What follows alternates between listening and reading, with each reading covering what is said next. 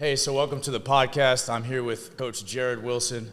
He and I go back probably 6 or 7 years. That's kind of when you and I met, and we've collaborated in the past on certain things. But I'm excited to have Jared on. I'm excited to discuss strength and conditioning and training and kind of what it is that Jared does and the expertise that he brings. Jared, if you want to kind of give just a short introduction on who you are and what it is that you do, and then we'll kind of get into it.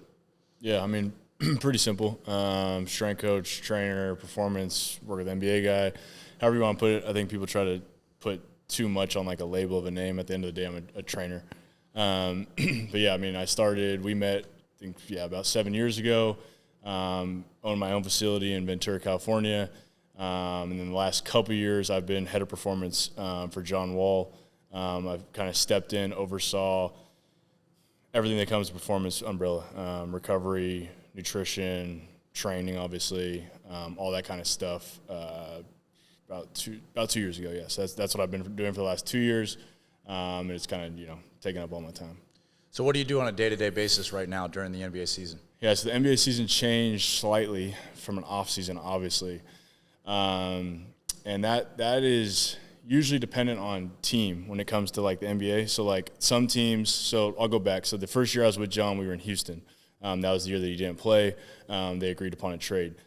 So that year, I was able to do basically everything the team did. Team plane, stay in the hotels, travel with them full time.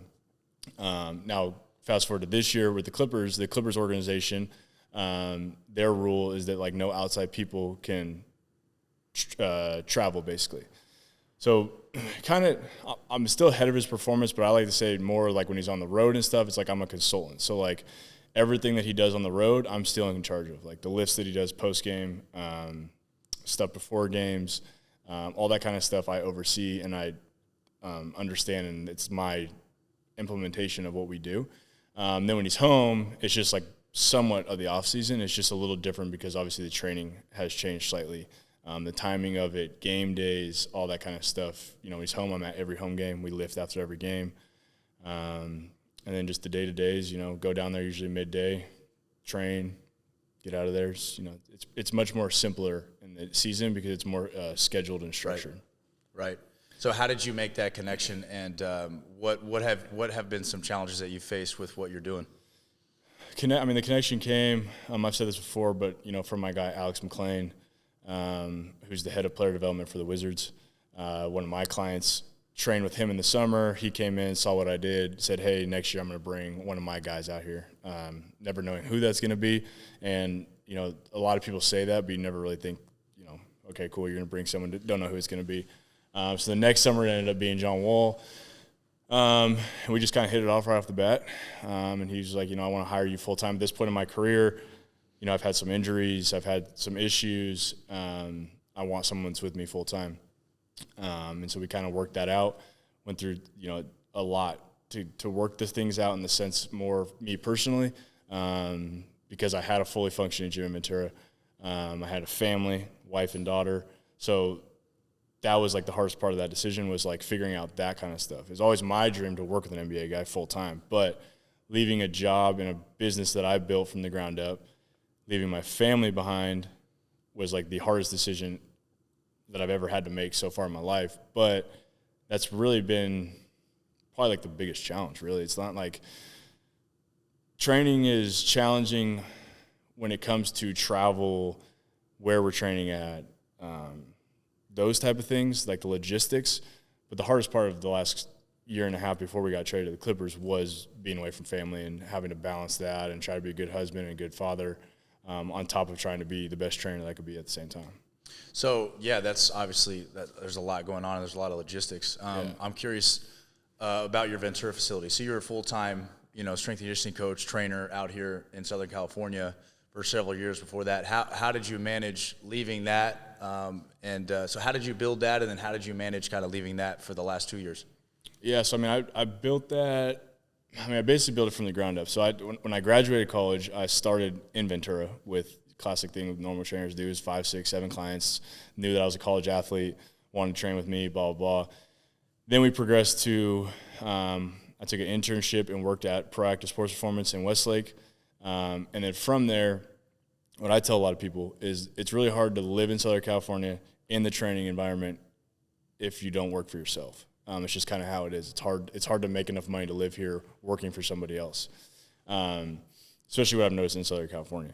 So I left there in like 2018-ish and started in a 1,000-square-foot garage with in Ventura with eight people, maybe 8 confirmed clients when I left.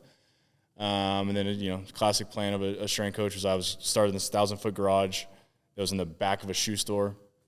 And it was basically like, okay, I'm just going to grow this as big as I need to until I have to move and then just get bigger and bigger with the clientele. And I knew going to Ventura I had a little bit of like an advantage because my dad's a doc in town. He's the, doc for Ventura High School. He's been there for either 30 years, maybe 30 or 40 years. He's been a doc in town. So like he has a reputation. I started to build a reputation around him. And then I kind of took it off from there. So, I grew, I think when I started, I had about 8 clients confirmed. When I left, probably had 90 to 100 clients on my roster that were consistent, everyday type of people. About 2 years later? About 2 years later, yes. I mean, it grew pretty fast because I think Ventura, there's not a lot of gyms that did what I was doing. There are a lot of gyms and good gyms, but what I offered was kind of a gap. A lot of athletes I knew, even me personally, growing up, was like you either went to Westlake or Santa Barbara for training, for good training, for an athletic development. So that's kind of how it started. I started with, athletes in town. They told their friends wanted to come in. And then when I started, it was like, I'll train anyone and everybody because I felt you'll learn as much training everybody. I learned a lot training an 80-year-old grandma on how hips, feet, back, everything. If I could fix her, I could fix a 15-year-old high school kid that might have not a similar injury, but like an issue, maybe pain. It's like, okay, I know how to fix that problem. So I trained everybody. So some of my high school athletes, dads, moms would want to train. Okay, cool, fit in this hour and, make it work. And so that's how I kind of built my clientele pretty fast over 2 years. And then I just dropped it in 48 hours. Okay, cool. So I'm kind of curious on your programming for John specifically, and what are some considerations that you need to take into account for, an off-season plan? What are some things that you consider when, programming for him and around his injuries and things like that? Yeah, I mean, that was probably the most challenging part, like looking back now that we've been in it for a while, was typically, like I said before, I was with high school and college kids. So like you can almost, as long as you're like a relatively good strength coach, which I would say we are, you could almost program anything and you're going to get some good gains, faster, jump higher. As long as you lower training age. Yes, like follow your, the guidelines of what good strength is, not like just random stuff. Follow a good program, all that kind of stuff. So when I started with John, that was probably like the hardest thing for me to adjust because I was used to programming for 90 people, where now I have one guy that has very specific needs, and you got to tailor things to him, and things that maybe that used to work for me might just be completely thrown out for a guy like John, for example. He's had the famous Achilles injury that a lot of people talk about. He's had some knee issues. So like those things had to be addressed and taken care of right away. My biggest thing with him, which I still don't even know if it's like fully true, but my understanding was that he wasn't like a weight room guy. So my biggest thing with him when I first started wasn't even really about exercise selection. What are the best exercises for him? It was really about let's build culture and habit around training consistently. Taking a guy that, in my head wasn't like a huge weight room guy, it's hard to get them to train, like I say, a football player an hour and a half a day. Yeah. So for me, it was like, okay, if I get you to go 45 minutes every single day and we could structure that around strength, mobility, stability, power, explosiveness, your court work, like all that stuff, we could structure it within parameters that allow you to perform at your highest level when it matters. That was the biggest thing. Because a lot of times, at least what I saw with basketball guys, is that they spend so much time on the court and so much time playing pickup. That's like a lot of wear and tear on your body over time. Like I look at like acute versus chronic loads. And if you have a super high acute and chronic load, during the entire offseason, you don't really have any time off because then you get an 82-game season and playoffs. And from the outside in, looking at John again when we first started, this has changed obviously now that I'm with him for a while, was he had an injury past. So like his last year in Houston, he played 40 games, whatever, because he had a couple of knee issues and things like that, which later I found out were like contact things, like he got kneed in his knee. So it's not like it's just, his knee swelled up or something like that. But yeah, it was more for me coming in, it was like, the first thing I said is I don't want to just be your strength coach. I just don't want to show up for an hour every day and that's it. Because what you have to understand when you work with one guy is that everything outside of that hour is almost more important than that hour, which I didn't think about as much when I was a trainer, just training all my athletes, because it was like I didn't have time to think about that. Right. But now I'm living with John. I lived with him for 2 years. So like I'm living with him.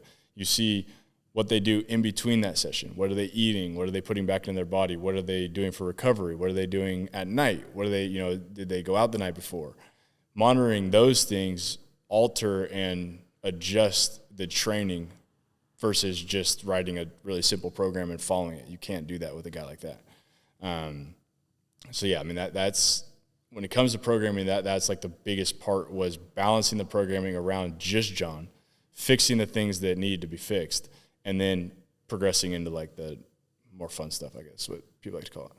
Yeah. Now those are some significant challenges, I think, that you had to make adjustments on and learn pretty quickly and develop relationships with a lot of different people. Yeah. Physical therapists, athletic trainers, and people that he worked with, people on staff. For sure.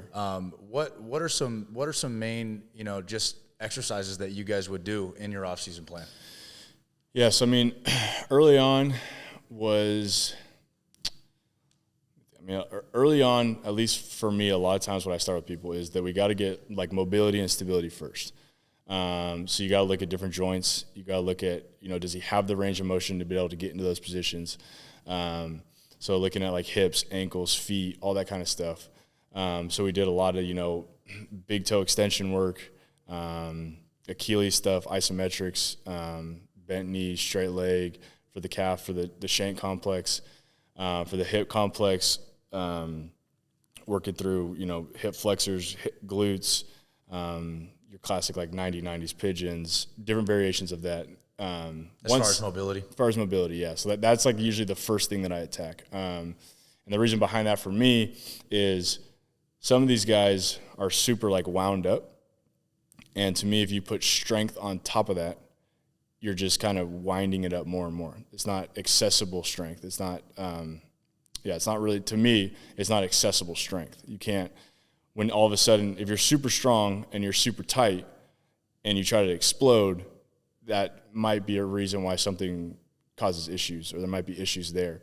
And I'm not saying like flexibility as like a gymnast or something like that. It's just optimal ranges for within, in this particular case, John or me, that I'm able to get to. Are we able to get to those ranges of motions consistently over time? So it's like those would be checks that we would do throughout the weeks, throughout the months. Like, hey, ankle dorsiflexion, after a month of training, is it limited? Is it still there? Is it optimal? And those are things we still, do to this day. And then when it gets to the strength stuff, the exercise selection is like freaking endless with him. Yeah. But, basic strength stuff, start with goblet squat to, back squats to lunges to lateral lunges to trap bar. Our big buckets are probably split squats. And again, this is like a challenge with him. He hates rear foot elevated split squats. That's one of my favorite exercises. Yeah. So you just go to a super heavy split squat or reverse lunge, lateral lunges. Trap bar was a big one for us. Leg press was a big one for us, which is contradictory sometimes for people, machines. But a guy like him, with some of his history, I'm just trying to get load. And one of the easiest ways to get load is just with machines, because there's no, we do so much stability work on the other side that with machines I could just load them up super heavy and get that strength aspect. Bunch of Kaiser stuff, and then a lot of like functional movement with the Kaisers, with med balls, athletic movement stuff. I think the biggest thing, probably one of the biggest things that I changed with him, I guess, and I don't really know his history of training that well, was moving through like all planes of motion. What we call people that do that stuff is like 3D motion. So transverse plane, frontal plane, sagittal plane.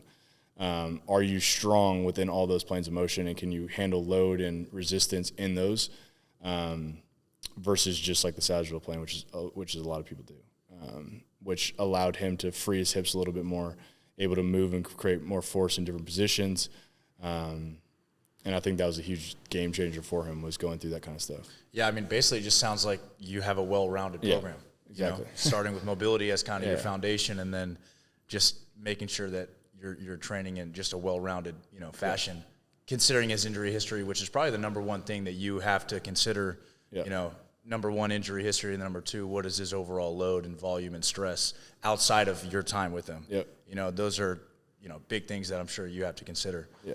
I'm curious, just in general, not him specifically, what do you think are some really important things for basketball players? Say a high school basketball player who's listening to this. What do they need to do to become a better athlete? What are some things that you would recommend, put simply, for them to start doing that they can do right now on their own? Number one, I think you've preached it and I've preached it, is consistency over time. Yeah.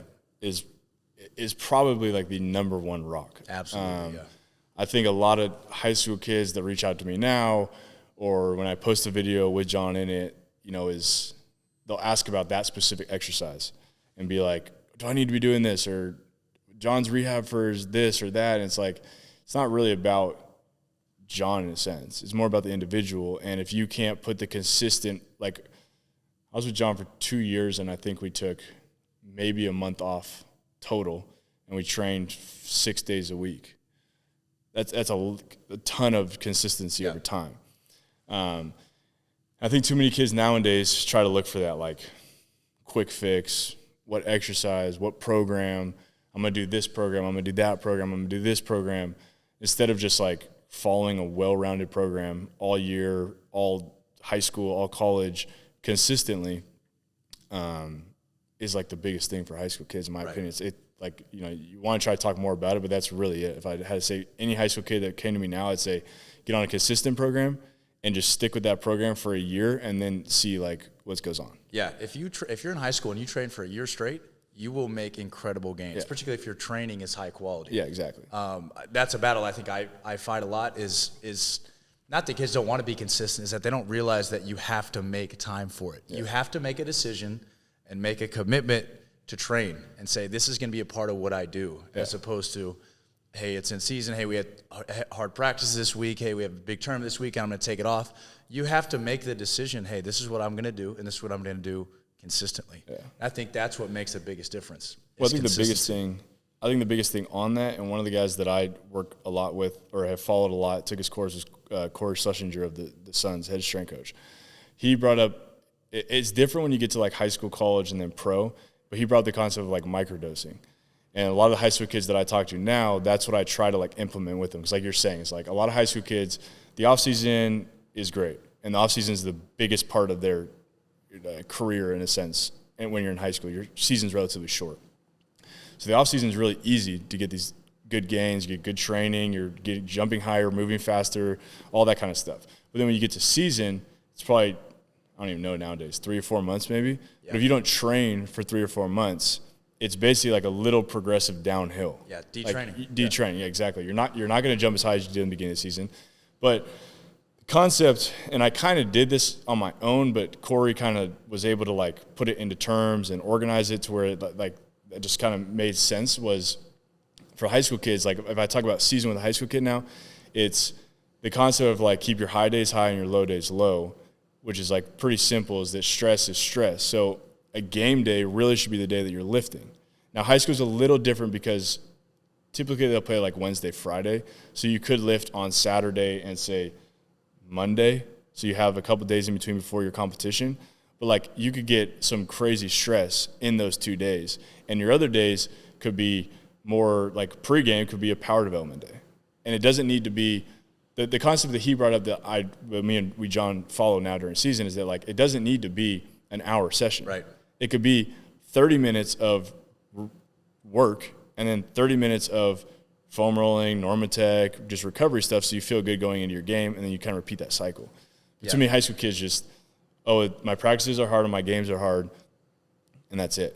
Right. Which you could flip that is that if your practices are harder than your games, you could lift on your practice days. So your game days actually might be your easy day, where you just play your game and then you're done. Right. And basically that's just managing their stress. It's just managing stress, and it makes it really easy to like. But yeah, I mean that's like the biggest. I mean, you've probably seen it so many times that you get a high school kid all through the offseason and they make these crazy jumps athletically, and then they go to their season, and then they come back 2 days after the season's over, and you're like, dude, you're jumping 5 inches lower. You're having a hard time squatting, like all this stuff, and you kind of have to like take a month or two to kind of rebuild to get them back just to where they were, versus just like, hey, let's just try to like at least maintain what you got, so then we could make better gains as you go through your next offseason. So you're not starting over. Yeah, you're not starting over. Which is something I say a lot. Hey, if I don't see you, we're going to be starting over, just so you know. So it's a message that I try to preach, constantly. And the kids that I see that really try to prioritize it are the ones that make year-over-year progress, as opposed to we come here, we train for a certain amount of time, we make a lot of gains, like you said, and then you take 3 steps back. Yeah. And then you waste 2 months getting back to where you were, as opposed to at least maintaining and then continuing to make progress, which I think 100%. Is really important. Yeah. So I kind of wanted to talk about plyometrics a little bit, which is kind of a hit or miss topic sometimes, especially with basketball players, because you mentioned on-court volume. So I've heard some strength coaches talk about how little plyometrics they do because of the on-court volume, but I've heard some talk about how it's really important, obviously. So how do you manage that with the athletes that you train, or specifically basketball players, and plyometrics and what you do in terms of just trying to develop the stretch shortening cycle and develop stiffness and resiliency of the tendon and things like that through plyos? Yeah, so I mean, it's obviously different off-season, in-season. Right. Off-season, you could build a big bank of plyometrics. You could start with extensive, build in the intensive, like the qualities you're talking about, build all those qualities. Everything looks great. Right, you could do your drop downs, landing sticks, build that into just classic box jumps, into drop jumps, all that kind of stuff. Follow that progression throughout the whole off season. The topic that's usually, like you said, is like controversial is like the in season.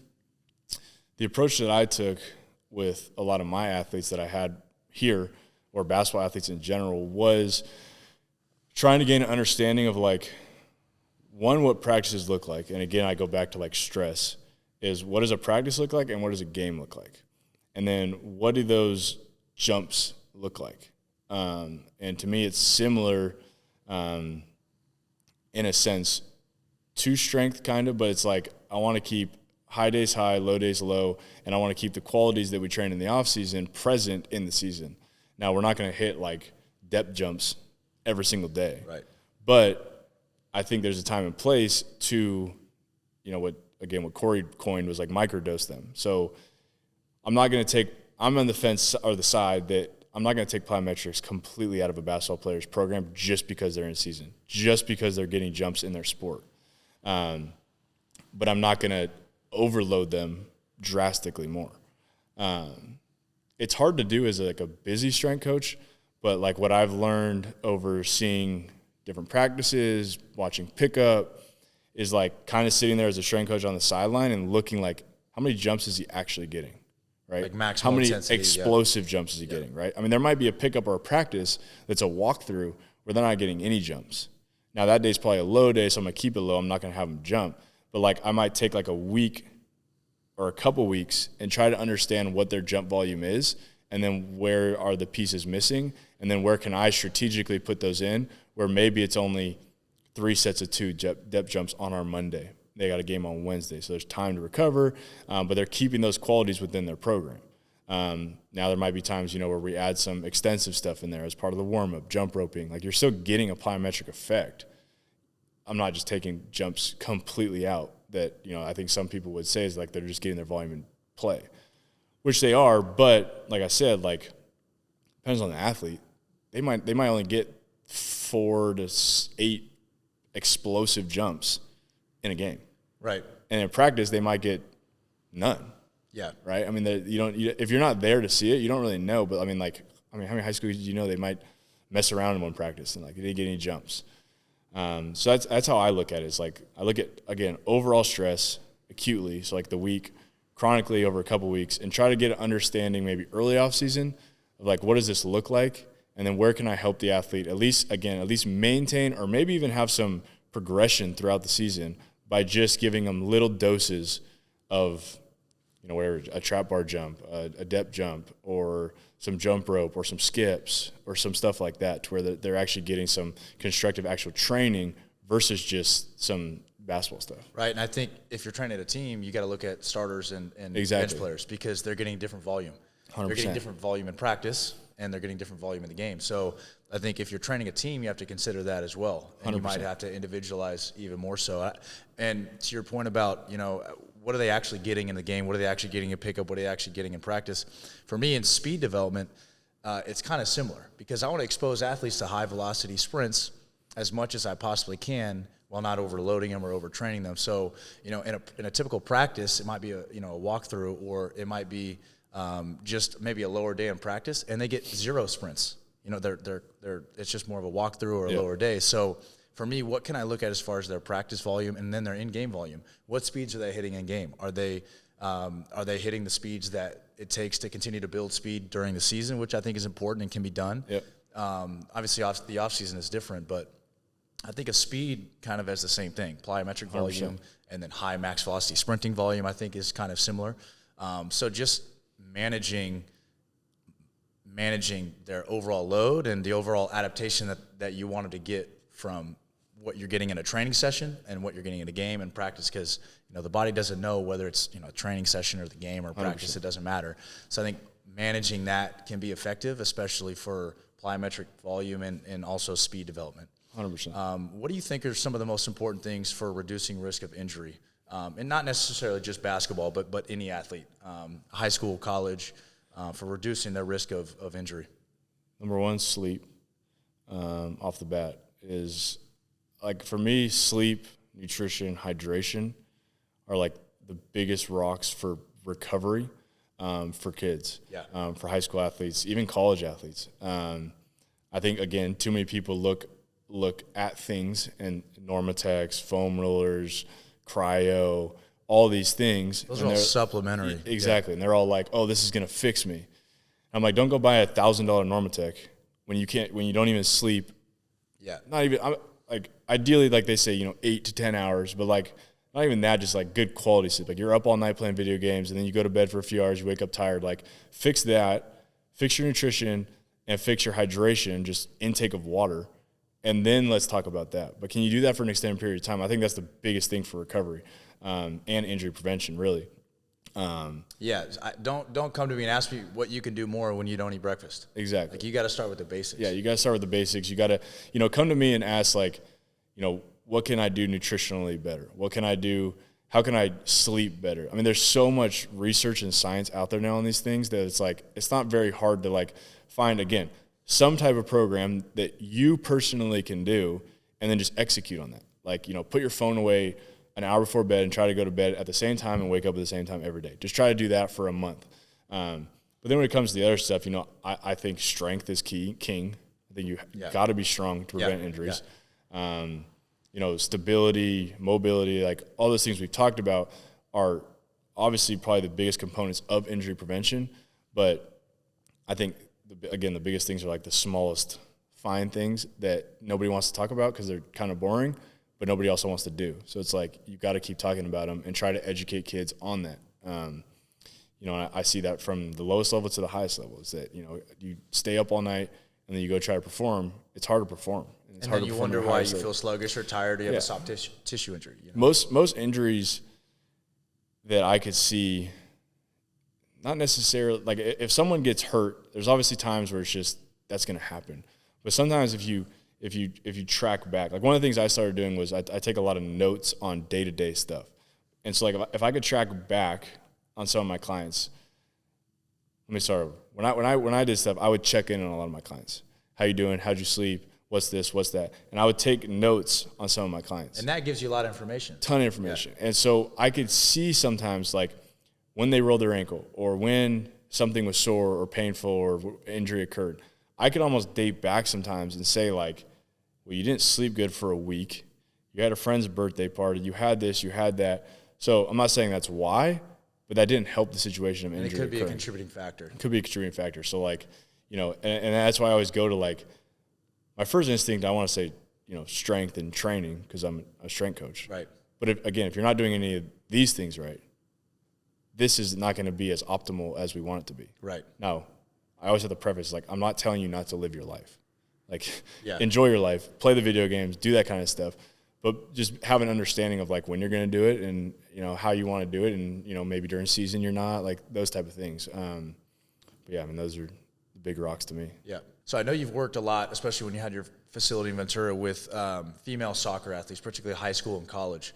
As you know, and as I know, female athletes are 4 to 8 times more likely to tear their ACL for a lot of different reasons, physiological and other reasons. But as far as training, what can a female soccer athlete do who's in high school or college? What can they do to reduce that risk? Things we just talked about, sleeping good, eating good, hydrating well. And I'm not a nutritionist, so I don't talk a ton about that. But on our side of things, the strength and conditioning side, I think the biggest things for me, and even now when I still talk, to a lot of female soccer players that I work with or consult with a little bit now, is overall strength globally. And what does that mean is, anterior and posterior chain, strong in all 3 planes, sagittal, frontal, transverse, super strong, posterior chain. Obviously, that's like the thing a lot of people talk about. Super strong, hips, glutes, super strong hamstrings. I think there has to be a balance between quad strength and hamstring strength. One of the things that I've been going through lately is that, right? I mean, everyone's seen the whole like knees over toes guy and that kind of stuff. And I think there's not, my personal belief is that there's not a one size fits all. Like you can't just go knees over toes fix this, and you can't just go posterior chain only fixes this. I think there has to be a blend of the two. And I think that's what I see, at least on social media a lot, is that like the posterior chain and the anterior chain just fight each other versus, okay, what good from both can we make the best opportunity for the athlete that's in front of me? Because at the end of the day, when I'm training a female soccer player, they psychologically know that risk. They've had a friend that done it. They've had a teammate. They've had someone that they've heard about that's professional. It's like a don't say that word. It's like a stigma. Yeah, it's terrible. Yeah. And so for me, when I'm in front of them, I'm just like, okay, what can I give you the best option for that not to happen? I can't say it's not going to happen 100%. Yeah, you can't. I think there's a blend between anterior, posterior. I think there's a perfect blend there, a ratio between quad strength and hamstring strength. I think single leg stability, because a lot of them happen on a deceleration on a single leg.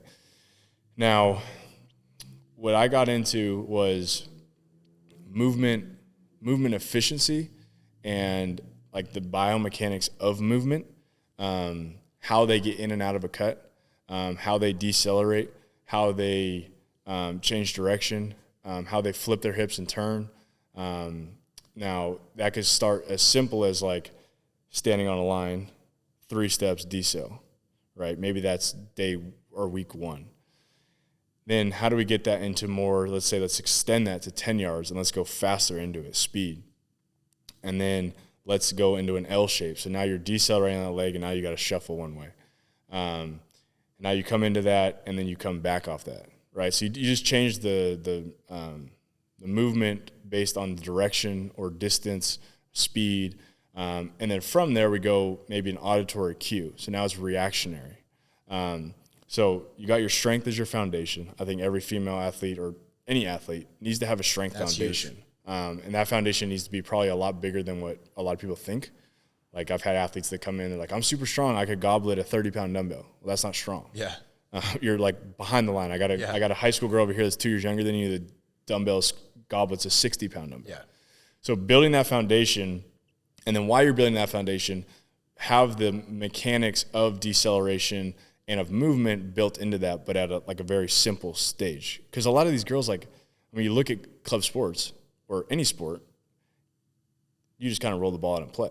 Yeah. Which is what we've done our whole lives, but you got to start to break it down a little bit. So, like, that's what I would do is, then the movement has to match the sport action and then also be able to not just be strong, because then you got to be strong in the positions that you need to be strong in.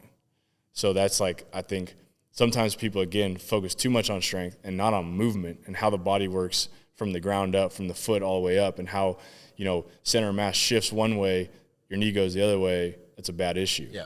And I believe you could train that. You could train the movements at speeds that are safe and progressive in order for them to feel more comfortable in those positions, and then be able to, excel and hopefully, knock on wood, that injury never occurs for them. Right, and match the demands that they see in the game. Yeah. Speeds, knee angles, things all like that. All that kind of stuff, yeah. And try to mimic them within the drill that you're doing without making it like sports specific. It's sports specific, but like, I'm not going to kick them a soccer ball and do that. Like, it's not skill it's training. More, it's not skill training. It's, reactionary. A sprint, I'm going to point. Like, that makes it more reactionary. It's not pre-planned. And that's usually when those injuries occur. You're running, someone's running at you, and you try to move a certain way that you're not ready to move for or whatever.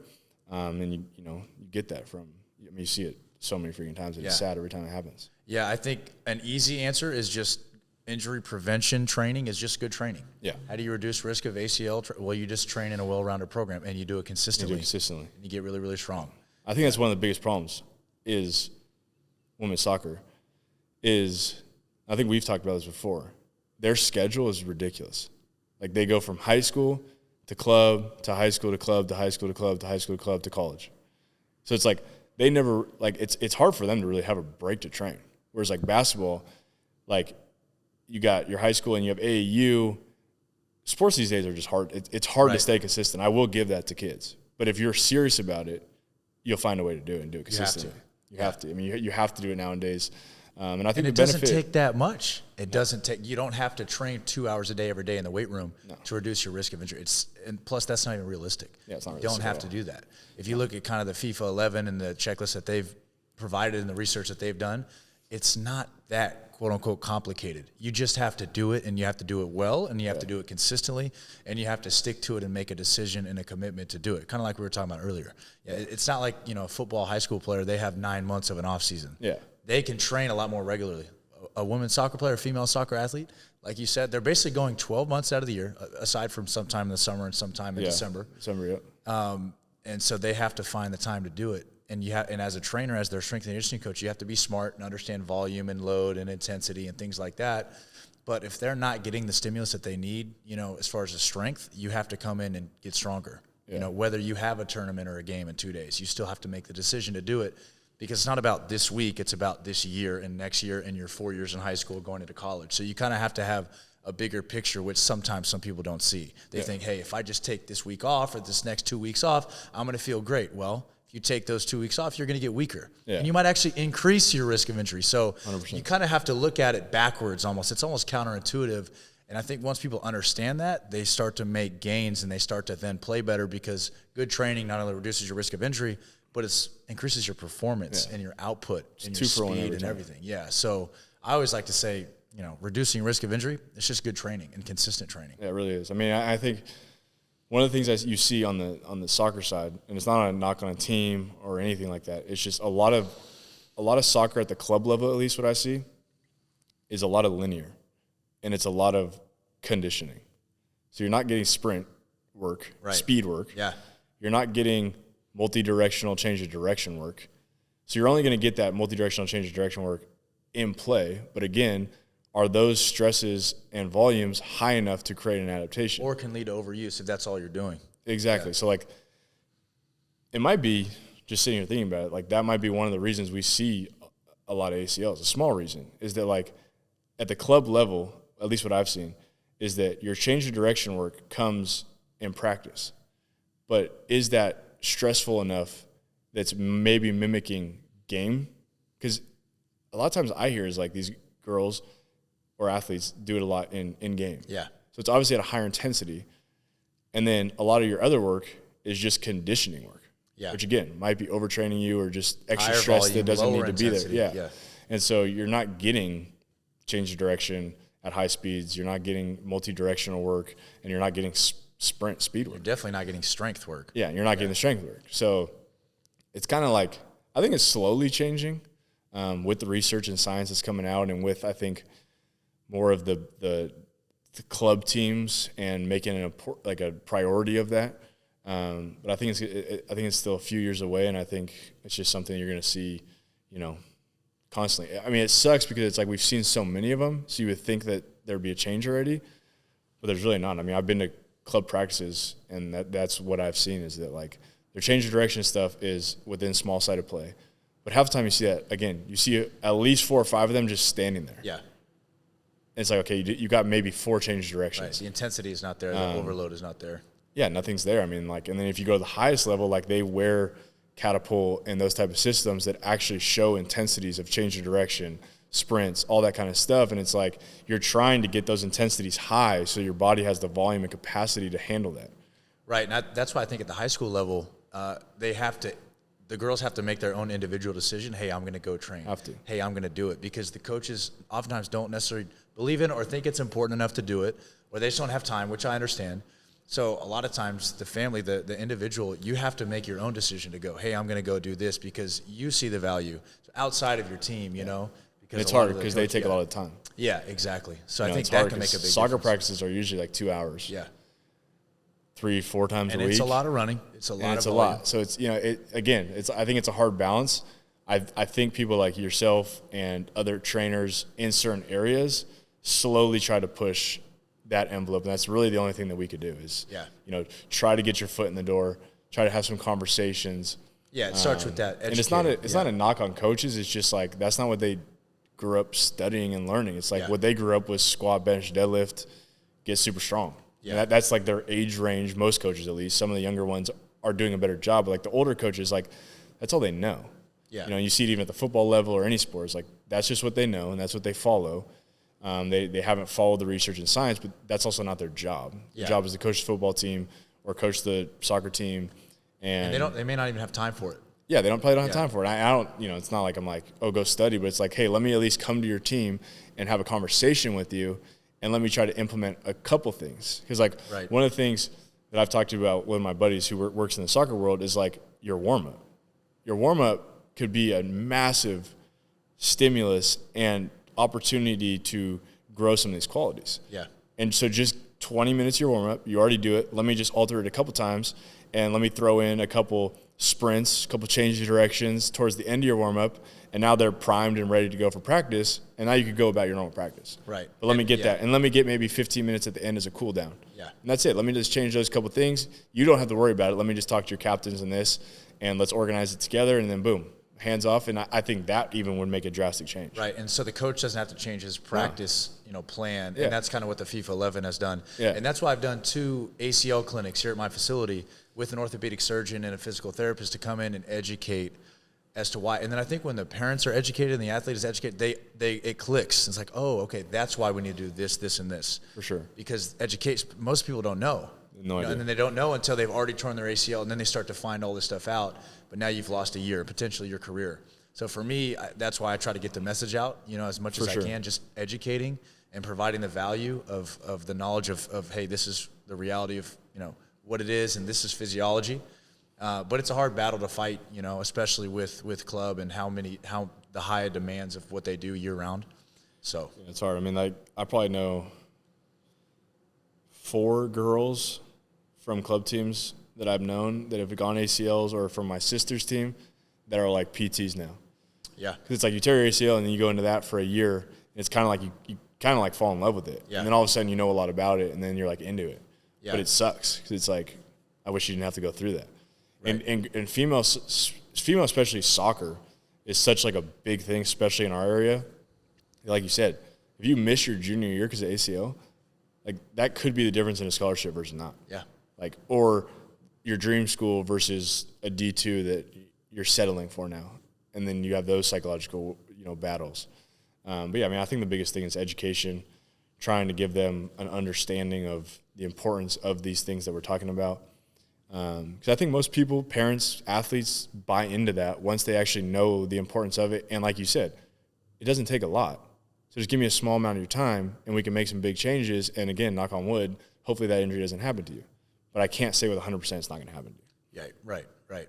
So I kind of want to switch gears a little bit for maybe the last segment here and talk about literally training facility and the business side of things. And because you obviously have a lot of experience in that, owning your own facility in Ventura that grew really well, and then you've kind of taken a step away from that. But and then what I have going here in Westlake, what are some challenges in terms of, you know, maybe some coaches or some trainers that are watching this? What are some things that you would recommend? What are some things that work for you? What are things you wish you did differently? Anything like that? Number one, find a mentor would be like my advice now. Talk to someone like you, talk to someone like me. And when you're in it, I had the opportunity, like I said, I've been away from my facility for 2 years. So I've just been one guy. Able to think, yeah. So it's kind of like when you're in it, it's really hard. Because as strength coaches, we're born, most of them that I've know and talked to, we're born just to work extremely hard and say say yes to everybody. Yeah. Which, when you're in it, it's cool because the more you say yes, the more money you make. Because we're in a service of selling hours of a day. Yeah. There's only 10 hours maybe that are workable hours. So it's like you're limited to how much money you can make training people. And so when I stepped away and I wasn't in it anymore, I was able to like reflect back on like what I built and like proud of myself for building it. But then also like, man, I messed up so many things doing it. That now, like, as I'm coming back into this area is, like, one of my things that I've talked about is, like, actually helping younger trainers develop gyms. Because it's really hard to build a successful gym. Like, how many gyms are there in Westlake? Yeah, there's not a lot. Not a lot that you know about. Yeah. But I bet you if you drove down a certain area, you'd probably find 10 gyms. You're like, oh, I didn't know that was there. Yeah, I didn't know that was. I mean, where I'm from, Ventura, I could probably name you 25 gyms off the top of my head, and if I drive by them at any given time, it's like nobody's in there.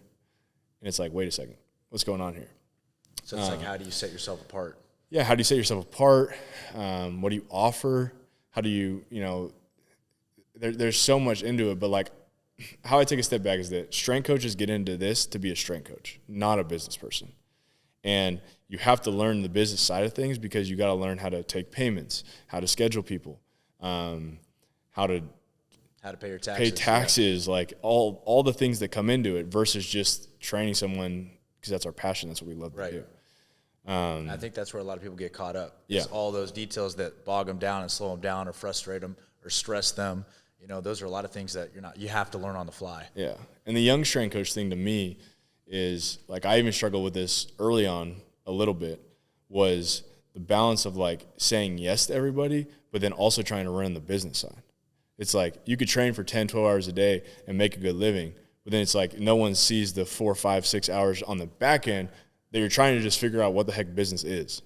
Like as strength coach, for me, like I never did anything business-wise until I was in it. Yeah. Like I didn't know how am I going to collect payments? Like if Venmo wasn't around or Cash App, like I don't know what I would have done. Like check, cash, how do you manage that?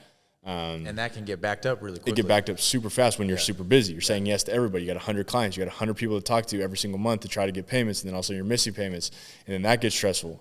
And I think theory is that a lot of young strength coaches jump to the strength coach side and get some clients, but then they spend so much time trying to figure out the business that they stop being a strength coach.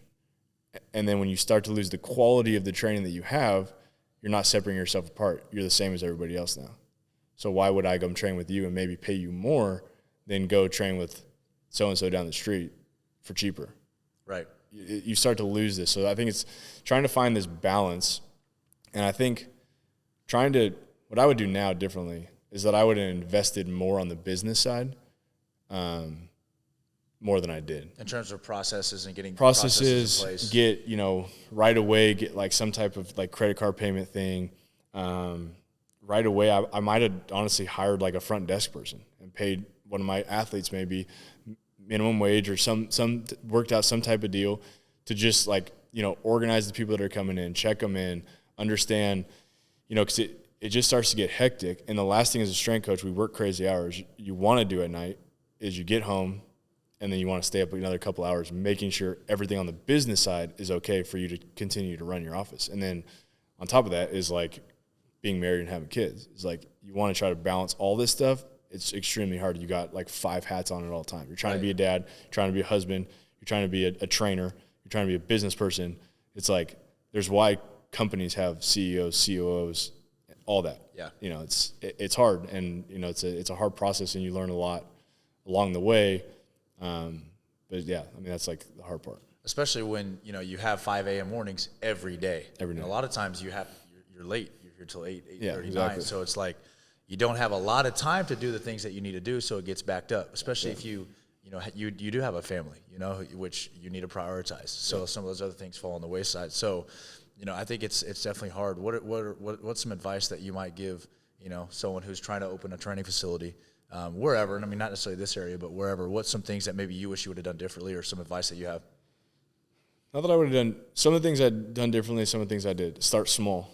So start in like a very small place that is affordable to you. Don't try to go jump into this type of facility. Like don't jump here. Like because then you got all that you're trying to pay off.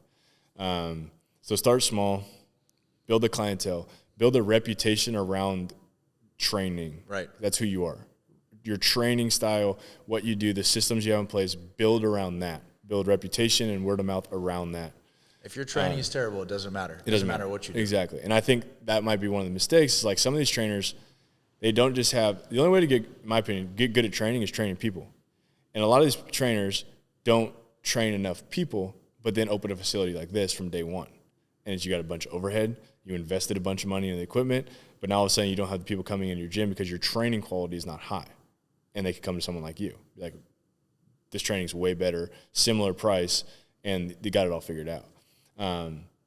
So keeping the training as like the head thing, and I would say building relationships is really important too. Yeah, huge. Yeah, that's parents huge. And athletes. And I think that's part, at least for me when I was starting, was like part of that was my training. Was that like I could train a kid extremely well, build a relationship with that kid in that moment, and then like the relationship with the parents kind of organically comes because they come and pick up the kid. The kid all week has been talking about the training, and sometimes like what I see now is that like, or what I saw when I was gone is like I had some athletes reaching out to me that had some mental health stuff, and like the training like changes the way you carry yourself. I've had kids walk, I'm sure you have too, like kids walk in the gym that are kind of like rounded shoulders, and all of a sudden in a couple of months they're like big shoulders and walking around, and it changes your whole person. That's huge. And parents see that. And I truly care about the human being that's in front of me, not just as like an athlete, but like as a human being. Like I care about you. I care about your success. I want you to be a successful person. Like I really care about you.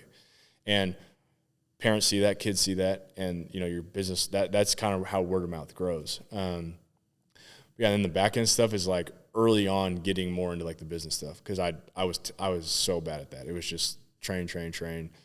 Never had a credit card system. Never had scheduling system, like those type of things people look over because they are expensive up front. But if you got those things down and you get that, it makes like your back end work a lot easier, which will relieve some stress and some decision making and extra work that you don't want to do at the end. Like so you said, I was working on average 5 to 8 p.m. and it's like I got a wife and a kid, and it's like, okay, I got to hang out with my wife for a little bit, maybe watch a show, hang out. She goes to bed. I got to be up for another 2 hours, but I also got to be up at 4 a.m. to get back to the gym. So it's just like again, like any big business is try to delegate the things that maybe you're not good at and figure out how to make those things very simple, and then really focus on being a really good trainer and set yourself apart. So as far as kind of the administrative side of things and tax planning and accounting and things like that, what are some things that you know now that maybe you wish you would have known when you started? Put money away, which sounds like funny, but like, again, I had like no business sense going into this. Like my life was being an athlete, graduate college, I'm going to train people. I had a couple jobs here and there, but like I never made enough money to like have to pay taxes. So then when I got going and making some money was like the understanding of like every paycheck, because take that back.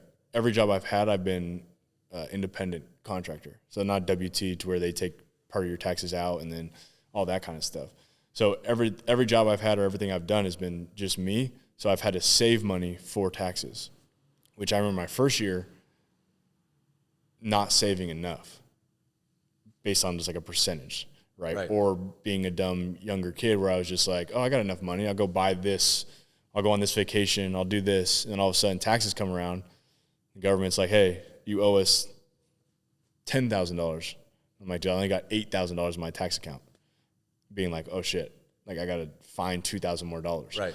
And at least how I came up, like I want to say my first year as a trainer, I made like $36,000. So like $2,000 was a lot. That was like my whole month paycheck or like a couple week paycheck.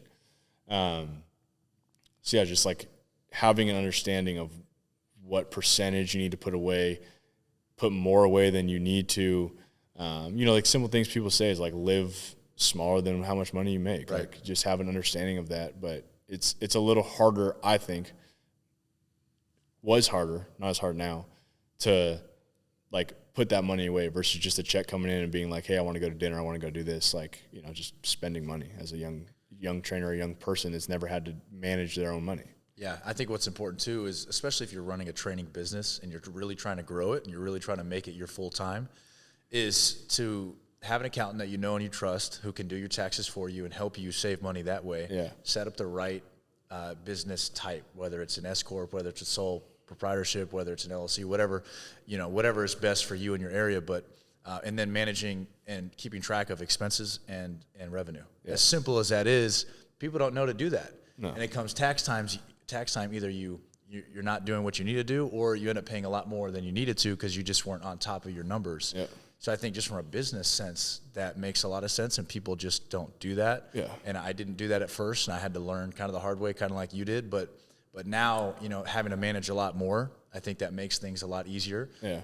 And then also, you know, setting up for retirement and setting up different accounts, whether an IRA or whatever it is, having someone who can advise you on that, I think is big. And then because, you know, as a strength coach, you know, you don't have a big company paying into a 401k and you're matching it and all this type of thing. You have to figure it out on your own. So having a good contact, you know, I think is important to help you set up things like that, and just being smart about, you know, investing what you do have and paying in the right tax bracket based on your expenses and your revenue and things like that, which no one's telling you. If you're just an independent trainer, no one's telling you this. No one. You know? So I think that is, and the earlier you can do that, I think the less stress you're going to have and the more you can scale and grow, because then you can spend more time studying, more time training, more time developing relationships, because 100%. That's what it's all about. And that's what grows the business, is relationships and having really strong connections with athletes and their families and their parents and things like that. That's what's going to build word of mouth, referral, save money on marketing because you don't have to market, you know, which is, I think, is important. So that having the tax side of things, you know, taken care of, opens yourself up to a lot of different things, you know. I think that's what I said at the beginning, is find a mentor like yourself, myself. There's hundreds of amazing strength coaches nowadays. Is finding that mentor. So at least for me, when people reach out to me as like a mentor or have questions, it's always about like the exercise selection, the programming. Right. And again, like we were just saying off air a little bit, is like, there's like good training is just good training. I think we've both said that so many times. Like good training is good training. It's There's that nothing simple. Special about what I'm doing, what you're doing. There's really not. There's really not. Like there might be a couple things here and there that we mess with or play with that we think are great. But at the end of the day, like very good trainers are pretty similar across the board. And that's the reason why they rise to the top and why some of the other ones fall down. Is a word of advice that I would give is to ask those type of questions to a mentor or someone that is running a successful business. Is like, how are you running this business successfully? Because then you, like you said, is that you start to weed out the things that you maybe don't like, so you could focus on the thing that's actually bringing you money and the thing that most strength coaches are obsessed with, training people. And so now you can start to focus all your energy on that, which then will grow the business, and you don't have to worry about the things behind you. Right. And I would say another thing that I think is important is, if you are looking at opening a training facility, like you said, not opening something up too big or biting off more than you can chew initially, is doing research on how to negotiate a lease. Yeah. You know, how to talk to, you know, a management company and negotiating a lease. Things like that. You know, thinking about location, thinking about, is this a good decision, and really researching the business side of things before you sign a lease, a 3-year commercial lease, and you're like, oh, I didn't really know this, and this, and now you're personally guaranteed the lease, and a lot of things can happen really quickly. Yeah. So I think learning how to negotiate a lease, learning how to have a good agent that can, describe things and explain things to you and kind of be a liaison or the in-between. And I think another thing is just location. Location is everything. Finding a good location too. If you're trying to open a training facility, the location is probably the number one most important factor. 100%. So I think those are some piece of advice I would give, finding a good location and not biting off too big of a space that you can handle, and then learning how to get into a good lease that is favorable. Yeah. I mean, that's like, again, to the mentor side, is like, if I was younger in Westlake, like I would reach out to you, build a clientele where I can maybe rent a little cheaper than getting my own facility like this, build a clientele, build the name, and then maybe think about going somewhere else. But for me is that I would be very upfront with that as like, hey, can you mentor me? Can you help me out? But I also want to build my own facility. Because sometimes you get that clash where like you go work for someone, the owner might feel a certain way about you, you might feel a certain way about them. And then when you leave or you decide to leave, it might feel they kind of like backstabbed you or rubbed you the wrong way. They took some clients, whatever that might be. But I think in the industry, if we look at the industry as a whole, one of our jobs is to try to push the industry in the right direction.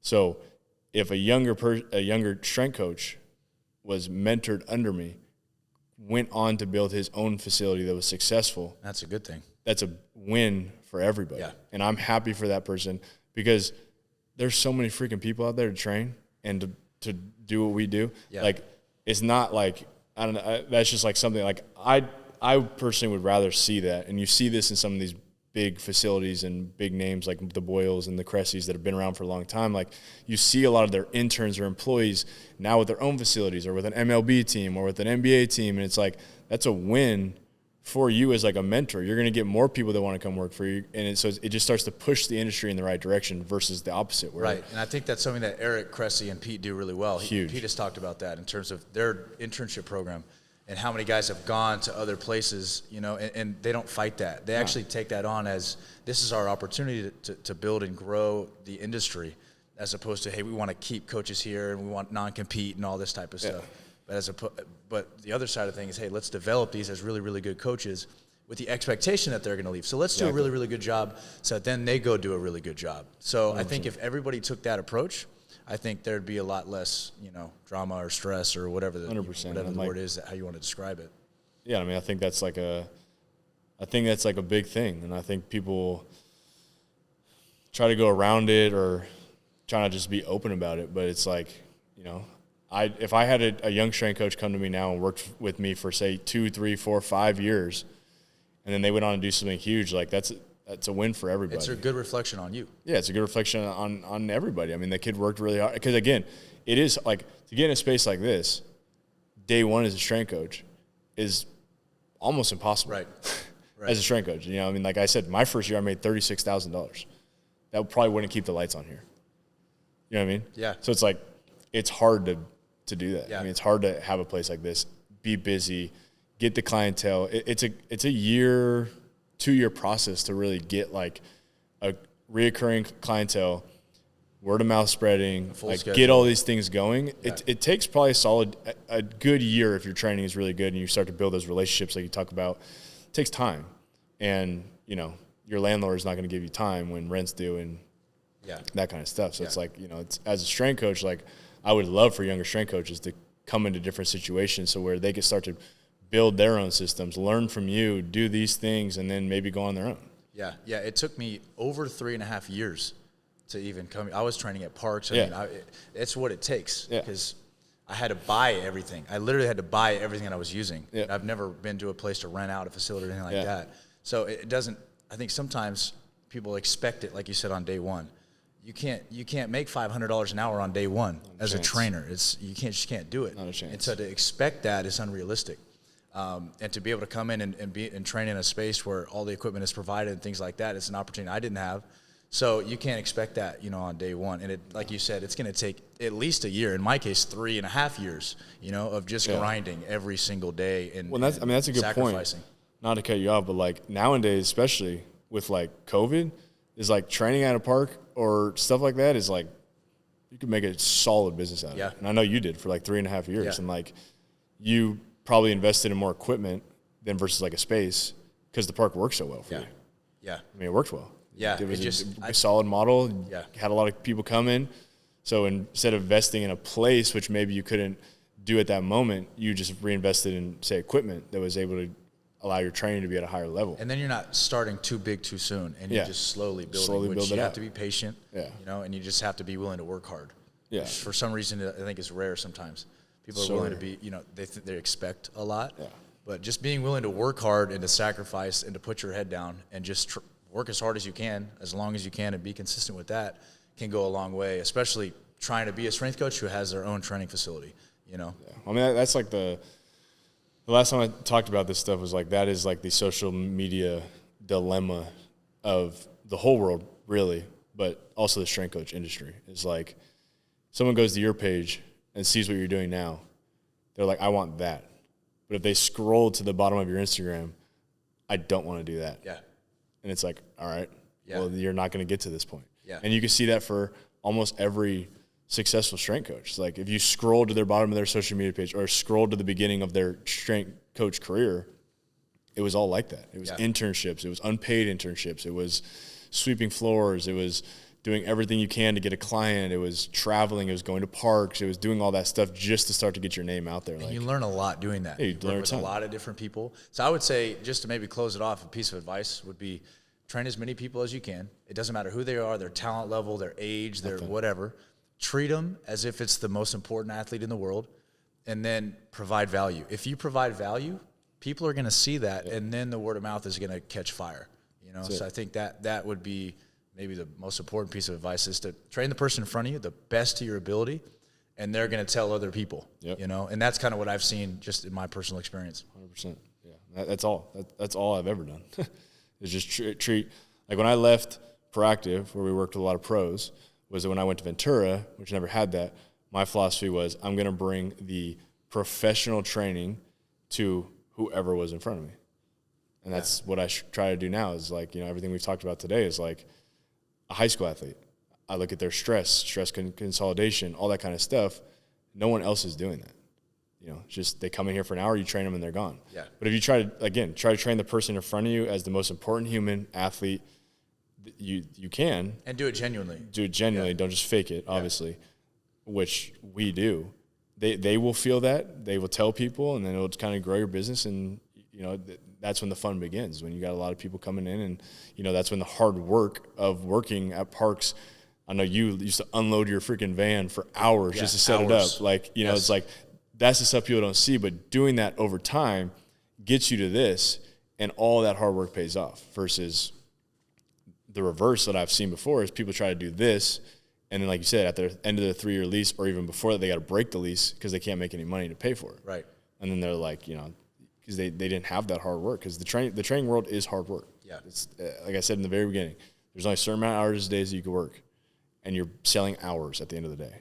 So you've got to make those hours valuable, and you got to make those hours worth it, and you probably have to work all 10 of those hours. Yeah. Yeah, and you got to do it again. And you got to do it again. And over and again. Yeah. Every single day. It's not, you're not a big time attorney. You're not whatever big business you think about. You're not working 5 hours a day, 4 hours a day and you're not probably retiring at 50. Yeah.